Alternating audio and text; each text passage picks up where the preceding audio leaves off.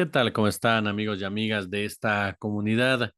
Pues iniciamos con una mala noticia, por supuesto, el fallecimiento del gran José Agustín, este maestro de la pluma, siempre involucrado entre el rock y las letras, un hombre que en definitiva marcó a toda una generación, un hombre que era un escritor de todo terreno, ¿no? Lo mismo eran novelas que cuentos, que ensayos, que columnas, en fin, un personaje que supo plasmar como nadie precisamente el México que vivía, el México que había a su alrededor y que nos legó una serie de trabajos excepcionales. Si ustedes no han tenido la oportunidad de ver o leer sobre el maestro José Agustín, bueno, por supuesto que está su primera novela y que para algunos es la más trascendental de todas, que es La tumba, ¿no? Pero también están las tragicomedias mexicanas, y eso es precisamente lo que nosotros vamos a tomar como pretexto, porque en estas tragicomedias que son sumamente recomendables, el maestro José Agustín nos plantea los escenarios fársicos, crueles, dramáticos, irónicos, drásticos que rodearon a México en diferentes etapas. Obviamente involucrando a personajes desde Gustavo Díaz Ordaz, Luis Echeverría, José López Portillo, Miguel de la Madrid Hurtado, Carlos Salinas de Gortari, en fin, gente que de una u otra manera son los grandes responsables precisamente de cómo el estado de bienestar que prometía la Revolución Mexicana se fue deteriorando hasta convertirse en un estado fragmentado y erosionado, pasando por supuesto por esa época del estado benefactor, pero no del estado de bienestar. José Agustín lo hace con una maestría insuperable, con una pluma que queda más que patentado precisamente esa agudeza al momento de burlarse, al momento de evidenciar, al momento de exhibir, al momento de contar lo que era precisamente la tragicomedia mexicana. Y ahí es cuando uno se pregunta, ¿qué hubiera pasado si el maestro José Agustín hubiera seguido escribiendo sobre ello? ¿Qué hubiera pasado si hubiera profundizado, por supuesto, en el sexenio de Felipe Calderón Hinojosa?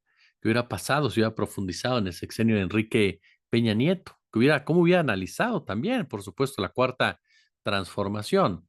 Y dentro de este marco, ¿quiénes hubieran sido esos personajes dignos de un sketch de Palillo? ¿Quiénes hubieran sido esos personajes que el maestro José Agustín hubiera, hubiera apuntalado precisamente con ese cincel intelectual que tenía para poderlos mostrar de cuerpo entero, desnudarlos de pie a pa, llevarlos precisamente a ese éxtasis, pasando por ese sentimiento pletórico y delirante que da el poder? Me queda claro que hay varios personajes que hubieran encajado perfectamente y que han sido caricaturizados, que han sido, eh, yo le digo, monerizados por los moneros, ¿no? Pero me imagino, no sé, al maestro José Agustín platicándonos sobre el alcoholismo de Felipe Calderón Hinojosa, ¿no? La forma como Calderón necesitaba precisamente de ciertos respaldos para poder tomar decisiones, la brutalidad con la que actuaba en cada una de ellas, esta necesidad de mostrarse como el más macho de la película, como el líder, como el hombre que saca el pecho, como el que habla más fuerte, como el que todo mundo, por supuesto, tiene que darle la razón y que no acepta que nadie lo mire directamente a los ojos por más precisamente de 30 segundos. Ese hombre que se vistió directamente de traje verde olivo, aun y cuando le quedaba grande precisamente esa indumentaria, ese uniforme, y que llevó a la perversión completamente al ejército de nuestro país, que si ya nuestro ejército tenía una historia bastante, pero bastante negra de tiempo atrás, de la época incluso más atrás de la época en que escribía el maestro José Agustín, me queda claro que con Calderón se llegó a niveles verdaderamente ya, necro, ya asesinos, por decirlo de una manera clara y contundente.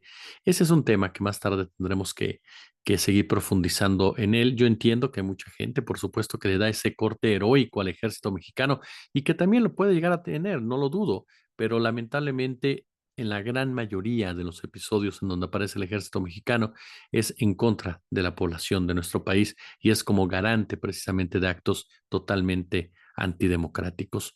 Por eso es que uno de los cuestionamientos que se le ha hecho a Andrés Manuel es por qué le dio tanto poder al ejército. Y sí puede haber muchas explicaciones, desde la confianza que les tiene, desde presiones de esa cúpula militar, desde acuerdos. A final de cuentas, creo que es uno de los legados y herencias más peligrosas para el régimen de Claudia Sheinbaum, que tendrá que consolidarlo el próximo 2 de junio. Pero hubiera sido muy interesante, sin duda alguna. ¿O qué me dice de un personaje como Enrique Peña Nieto, no? Siempre bien peinadito, que no concluía una frase sin haber metido las cuatro en otra, que no tenía precisamente una inteligencia pristina, que no era un hombre que estuviera muy letrado ni involucrado precisamente en una preparación intelectual, literaria, que desde que era candidato nos dio joyas inolvidables, ¿no? Desde los libros que había leído, a los que no había leído, posteriormente cuando sumaba o cuando trataba de hacer algún tipo de símbolo con los dedos y no le salía. ¿Y qué me dice? Claro, cuando se lanzaba con sus famosos chistes, pero el fondo de Enrique Peña Nieto era esa banalidad criminal, esa banalidad verdaderamente asesina, esa banalidad, superficialidad que es muy peligrosa. Si Calderón era un chacal en ese sentido, Peña Nieto era un tipo tan banal que ni siquiera se daba cuenta cuando martirizaba al prójimo. Y ese es igual lo más peligroso que el chacal. Y ahora nos topamos con chacales, con verdaderos chacales, quienes son los que conforman a esta tragicomedia. Personajes que se aprovechan de una situación que afortunadamente no pasó a mayores, pero que muestran precisamente sus cartas para tratar de ganar algún tipo de adepto con una campaña netamente sucia, netamente lastimera, una tragicomedia tal cual en la actualidad. La tragicomedia de me voy a atrever con una enorme disculpa al maestro José Agustín, pero me voy a atrever a titular esto la tragicomedia del 2024 como una especie de primera parte, de un primer fragmento que se va a desarrollar durante muchas semanas. Y es que usted sabe perfectamente, y si no, le comparto en este momento, por supuesto, la información, ¿no? Lo que sucedió precisamente en un accidente, un accidente de una dovela de concreto del tren interurbano El Insurgente sobre la calzada Minas de Arena en la alcaldía Álvaro Obregón. Afortunadamente no hubo personas lastimadas, no hubo personas muertas, por ahí dos coches que resultaron afectados. Y esto, por supuesto, trae consigo cuestionamientos de que tengan más cuidado al realizar esta labor, que sean mucho más rigurosos, qué tipo de equipos están utilizando. Me parece que todo eso es muy sano.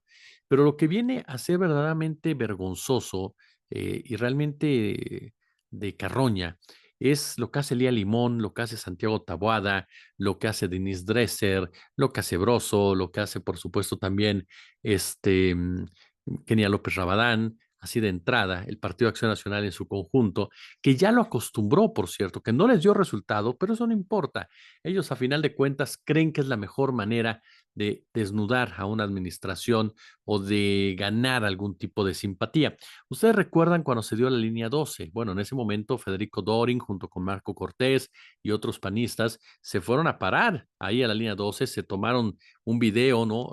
Con esta tragedia de fondo y comenzaron a lanzar una cantaleta brutal de ataques partidistas, cuando uno podría preguntarle sinceramente por qué no llevaron a cabo ciertos cuestionamientos e investigaciones desde la oposición cuando se estaba desarrollando la línea 12, sin que esto quiera decir que se le quite responsabilidad a Sheinbaum, a Mancera y Ebrard, por supuesto, pero sí es muy fácil de repente ponerse la etiqueta o el papel de salvaguarda de la democracia, de las buenas finanzas y del buen gobierno, cuando tú fuiste parte responsable de muchos asuntos o que por lo menos fuiste cómplice de los mismos, ¿no? Y lo mismo pasa en esta ocasión. Aparece Elía Limón, por supuesto, y de inmediato utiliza este accidente con un tema partidista. Se les cae la línea 12, se les cae el tren interurbano y se les va a caer la ciudad porque ya la van a perder. Cualquier tipo de acción correcta Delía Limón se evapora completamente, completamente cuando habla de que de que se les va a caer la ciudad porque ya la van a perder. Ni hablar, por supuesto, también de lo que dijo esta Kenias López Rabadán, de lo que dijo Santiago Krill, que no iban a permitir que se les cayera el país, que ellos lo iban a recuperar, y por supuesto, bueno, Xochitl Gálvez, y sin olvidarnos, fíjese que en el caso de Xochitl Gálvez, permítame, tengo por aquí algo que a mí me llamó la atención muchísimo, este, de un comentario que hizo, ¿no? Respecto a este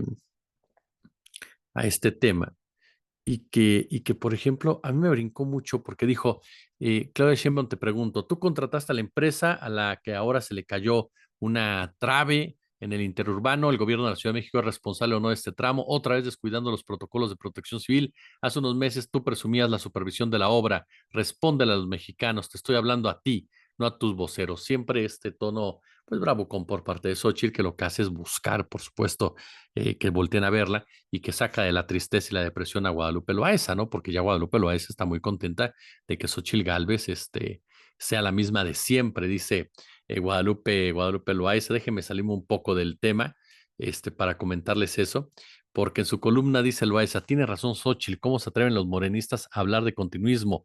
Qué alivio y qué ilusión haber recuperado a nuestra candidata. Bueno, de verdad, Guadalupe Loaesa es parte de, no me desvíe, porque realmente Guadalupe Loaesa es parte de esta tragicomedia, ¿está de acuerdo? Es un personaje más, es un personaje esquizofrénico. Es decir, alguien que hace 2 semanas, 3 semanas ya había brincado del barco, había dicho que está desilusionada, rota, nostálgica, frustrada, todo por cómo era Xochitl, y bastó un discurso bastante simple el domingo, sí, bien estructurado, a su target, lo que usted guste, pero nada nuevo para volverse a emocionar. Todo en el marco de lo que platicaremos un poco más adelante, que es volver a inflar a Xochitl Gálvez, ¿no? A lo como de lugar hay que tratarla de volverla a inflar. Ya adelantábamos algo de los comentarios, pero eso, fíjese que en parte, ahorita lo tocamos también. Nada más quiero concluir lo del PAN. Santiago Taboada, por supuesto, también responsabilizando a todo el mundo, asegurando que cuando él gane esto no va a pasar. Es decir, cada discurso que emitía el PAN, lejos de mostrar una preocupación ciudadana, lo que mostraba es los sopilotes que son, en pocas palabras. Porque hubiera sido ideal que ellos como oposición cuestionaran precisamente, hay alguna que otra pregunta de Gálvez que es correcta, cuestionaran directamente a la administración y dejaran de lado el tema, el tema político partidista. Eso hubiera mostrado, por lo menos hubiera aparentado, no mostrado, aparentado, un supuesto interés en la ciudadanía, pero no, ni siquiera lo saben hacer porque no están interesados en la ciudadanía, porque no están interesados en mejorar las obras, porque no están interesados en saber qué pasó, están interesados en ganar votos. Y eso es lo que los hace profundamente despreciables y perdón, de verdad que caigan en el calificativo. Y en el caso que les decía de la tragedia en los medios, parte también de Denise Dresser, que sube una fotografía en donde vemos a las personas de protección civil que están precisamente pues trabajando, laborando en el lugar, y la trave que se cayó está encima de una camioneta que en la parte de atrás dice AMLO, no alcanzo a leer AMLO, y dice Denise Dresser, cuando una imagen dice más que 1000 palabras, vean el logo de la camioneta. ¿De qué habla la querida Denise? Bueno, querida entre comillas, claro. Denise Dresser, ¿no? Es a lo que voy. Otra vez partidizando un accidente, partidizándolo. No pueden salirse de esa perorata, no pueden salirse de esa diatriba. Ahora entraron ya a este discurso de que a todas luces tienen que levantar a Xochitl Gálvez, tienen que volverla a inflar, tienen que volverla a poner ahí más o menos en el camino para tratar de rescatar algo. Y a partir de ahora nos van a volver a endilgar esta letanía de que Galvez va muy bien, de que es un fenómeno, de que el discurso es perfecto, de que ha convencido a medio México, de que ya todo mundo se compró el huipil, de que ya todo mundo, por supuesto, habla con la G en lugar de con la R, en fin, ¿no? Todo mundo, por supuesto, eso es lo que viene. Esto que hace Guadalupe Loaesa es el mejor ejemplo de la falta de credibilidad, de escrúpulos, de rigurosidad, de sensatez periodística. Cualquiera de las personas que aparecen en los medios, incluyendo a Denise Dresser, saben perfectamente a qué me refiero y saben muy bien que no les ayuda en nada, si ya de por sí no tienen credibilidad, que no les ayuda en esta falta precisamente de coherencia en sus comentarios. Tú no puedes salir y patear como patearon a Xóchitl Gálvez y después a las 2, 3 semanas decir que ya está otra vez rompiéndola, porque lo único que muestras es un desorden total, un desorden en donde ya hicimos mal todo, ya hicimos una porquería de precampaña, ahora sí ya va a comenzar, ahora sí ya va en serio. Vamos a dar el beneficio de la duda a esta tragicomedia de la oposición. Démosla. Ajá. Ahora sí va en serio. ¿Le alcanza? ¿Le va a alcanzar? Fíjese, haciendo números rápidamente, para no alargarnos tanto, este, Galvez va en promedio, siendo muy, pues, benignos, 20 puntos abajo de Claudia, ¿no? Faltan exactamente enero, febrero, marzo, abril, mayo, junio, ¿no? Bueno, obviamente ya 2 días de junio, ¿no? Estamos hablando de 5 meses, menos de 5 meses. Para que pudiera cerrarse la contienda, Galvez tendría que subir 10 puntos de donde está ahorita y Sheinbaum perderlos. La pregunta es, ¿de dónde va a sacar esos 10 puntos Galvez? ¿De Movimiento Ciudadano? No creo sinceramente que la arrebate más de 1.2 Álvarez Maínez. De los indecisos, supongamos que de ese porcentaje de indecisos la mayoría se incline hacia Xochitl Gálvez. ¿Por qué Sheinbaum perdería ese 10%? ¿Qué tendría que pasar para que Sheinbaum perdiera ese 10%? Y el resto de los indecisos, ¿quién dice que no apoyarán a Sheinbaum? ¿Sí me entiende? Dos, supongamos que pierde todos los votos Gálvez, perdón, está Sheinbaum, y gana 20 puntos Gálvez. Es imposible. Tendría que crecer Gálvez a un ritmo que no lo ha hecho ningún candidato presidencial en este país. Y quisiera revisar en otros, pero que en 5 meses superaras una ventaja de 20 puntos, que la superaras, no que la igualaras, que la superaras, sí me parece que estamos hablando de un despropósito ya numérico. O sea, me parece que ya no le da simplemente a Sheinbaum, perdón, a Galvez, a que le metan todas las columnas de Loaesa, de Dresser, todos los spots y editoriales de Broso, lo que sea. La realidad es que ya la realidad es muy clara. No le da a Xochitl Gálvez numéricamente. Obvio que ellos lo que quieren ya es crecer para tener una mayor presencia en la Cámara de Diputados y Cámara de Senadores. De eso se trata. Y buscarán, por supuesto, colgarse la figura de Xochitl Gálvez de una u otra manera. Pero la realidad es que hagamos ese ejercicio. ¿De dónde va a sacar esos votos Xochitl Gálvez? ¿De la gente que va a votar por Sheinbaum? No. De Movimiento Ciudadano, aunque le quitara a todos. De todos los indecisos, nunca todos los indecisos han inclinado hacia un candidato o candidata. Entonces, y lo peor, no tiene la capacidad Xochitl Gálvez para competir de esa forma. Ella es con la que finalizo este capítulo de la tragedia mexicana, la tragicomedia mexicana en honor al maestro José Agustín. Es una tragicomedia lo que ha hecho Xochitl Gálvez durante toda esta campaña. Jugar con las hermanas que brinca, ahora como reta Sheinbaum, subirse a la bicicleta, ¿no?